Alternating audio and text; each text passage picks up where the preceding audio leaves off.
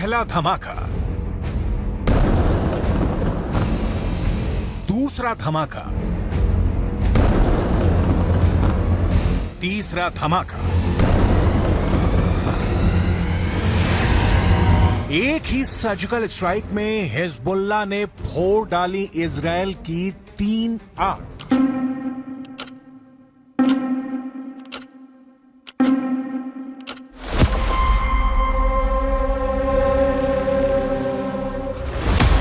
पहली आंख, दूसरी आंख, तीसरी आंख।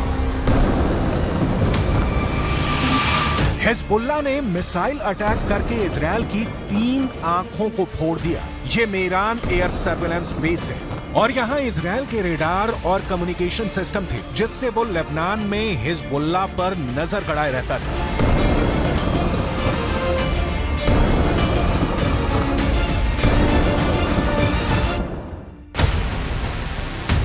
अब सैटेलाइट तस्वीर की मदद से इस लोकेशन को समझिए। लेबनान बॉर्डर पर ये है इजरायल की 3 आंख यानी 3 ग्लोब रेडार और साथ में है इजरायल के कम्युनिकेशन टावर। ये मेरान एयर सर्विलेंस बेस है, जिसे तैयार करने में इजरायल ने अरबों रुपए खर्च किए थे।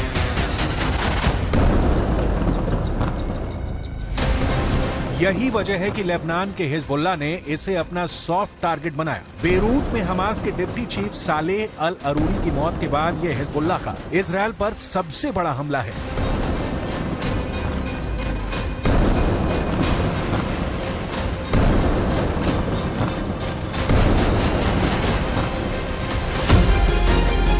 यह इजरायल के बहुत ही सीक्रेट बेस पर बहुत बड़ा हमला है। एक तरह से हिजबुल्लाह ने इजरायल के सीक्रेट बेस को मिट्टी में मिला दिया है। अब तक डरा हुआ लग रहा था हसन नसरल्लाह, लेकिन अब लग रहा है कि शुरू हो चुका है अरूरी का बदला। इजरायल पर टूट रहा है हिजबुल्लाह। हसन नसरल्लाह को पहले बैकफुट पर देखा गया। अरूरी की मौत के बाद हसन नसरल्लाह की जुबान में वो तीखापन नहीं था जिसकी इजरायल को उम्मीद थी, लेकिन अब हिजबुल्लाह ने अपना सबसे खतरनाक अटैक करके इजरायल को सोचने पर मजबूर कर दिया है कि वो हिजबुल्लाह से कैसे निपटेगा। עדיין יש בג'באליה מחבלים. רק כעת הם פועלים ללא מסגרת וללא מפקדים. נתקלנו וגם ניתקל. בירי רקטי ספורדי מהמרחב הזה. תקפנו אותו ונמשיך לתקוף ונמשיך להעמיק את ההישג באזורים האלה. זה דורש זמן. אין קיצורי דרך בלחימה בטרור.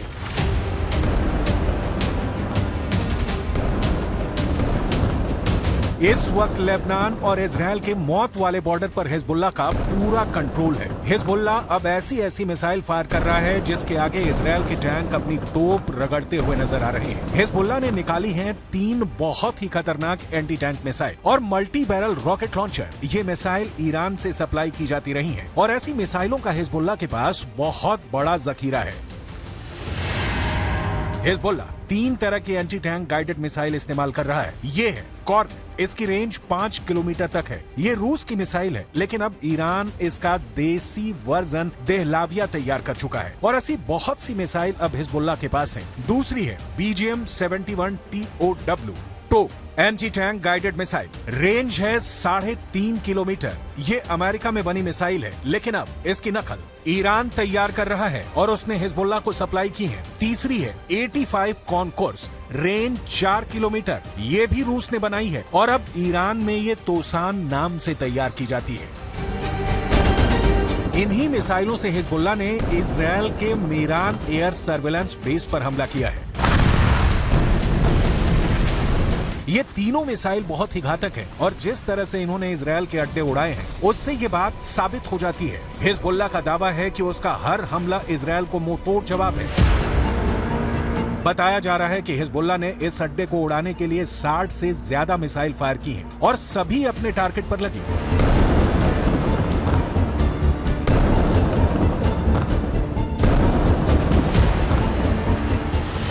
ये मेरान एयर सर्विलेंस बेस के अंदर की तस्वीरें हैं, जिन्हें बहुत ही सीक्रेट माना जाता है।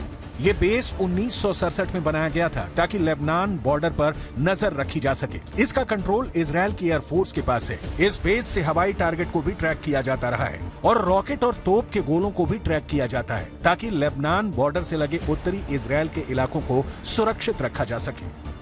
दक्षिण लेबनान और उत्तरी इजराइल के बीच जो बॉर्डर है वहाँ तनाव बहुत ज्यादा है। कब कहाँ बम फटेगा, कहाँ धमाका होगा, ये या तो हिजबुल्लाह जानता है या फिर इजराइल की सेना। वैसे यहाँ के लोगों को भी पता है कि बहुत जल्दी युद्ध का एपिसेंटर गाजा से निकलकर लेबनान तक पहुँच सकता है। यहाँ तैनात संयुक्त राष्ट्र की सेनाएं भी अलर्ट मोड पर हैं। लगातार पेट्रोलिंग हो रही है। हमास के डिप्टी चीफ सालेह अल अरूरी की मौत के बाद हिजबुल्लाह के सामने बस दो ही विकल्प है, या तो उसे मरना होगा या उसे मारना होगा। यही वजह है कि हिजबुल्लाह ने इजराइल के अड्डों को टारगेट करना तेज कर दिया है।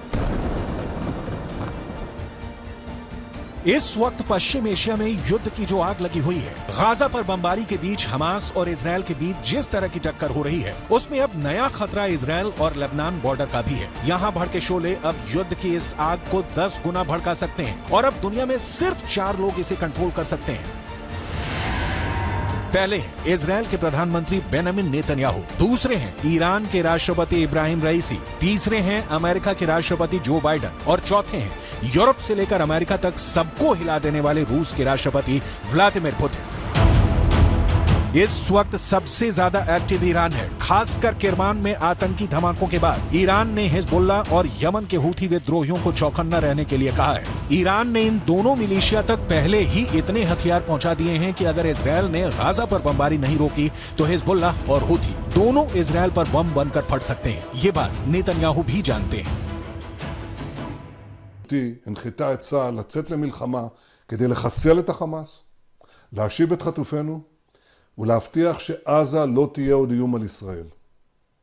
אסור לעצור את המלחמה עד שנשיג את כל היעדים הללו.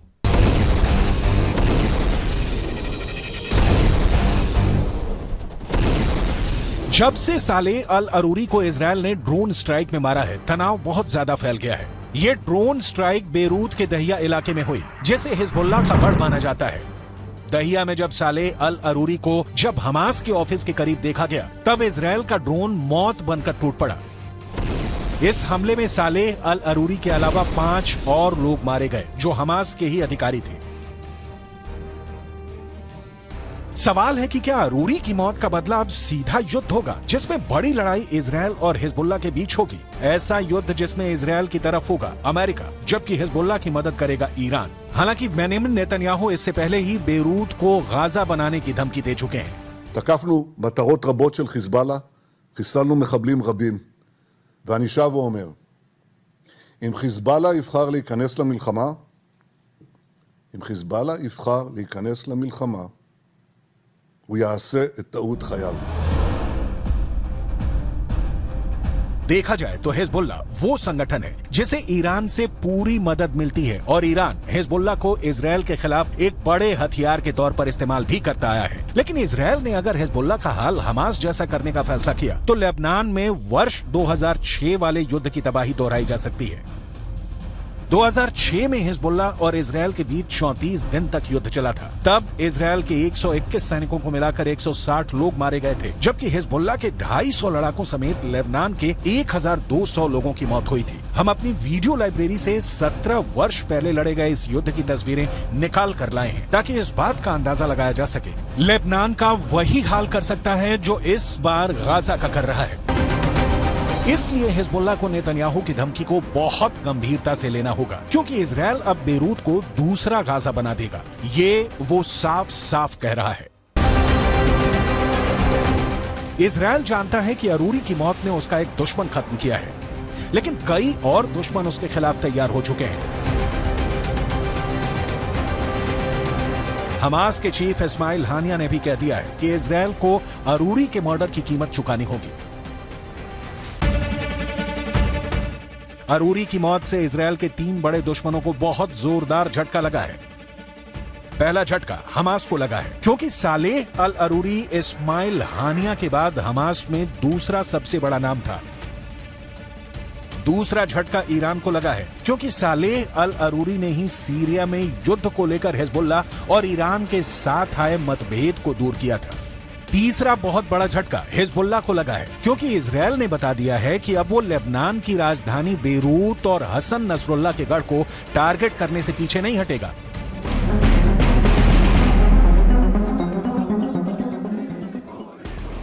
इस वक्त गाजा के बाद वेस्ट बैंक में भी युद्ध के हालात बनते नजर आ रहे हैं। सालेह अल अरूरी की मौत के बाद वेस्ट बैंक में प्रदर्शन शुरू हो गए हैं। सड़कों पर हजारों लोग इजरायल के खिलाफ उतर आए हैं।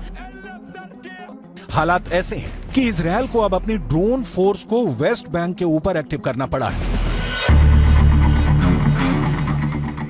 देखा जाए तो वेस्ट बैंक इजरायल के खिलाफ 5वां मोर्चा है।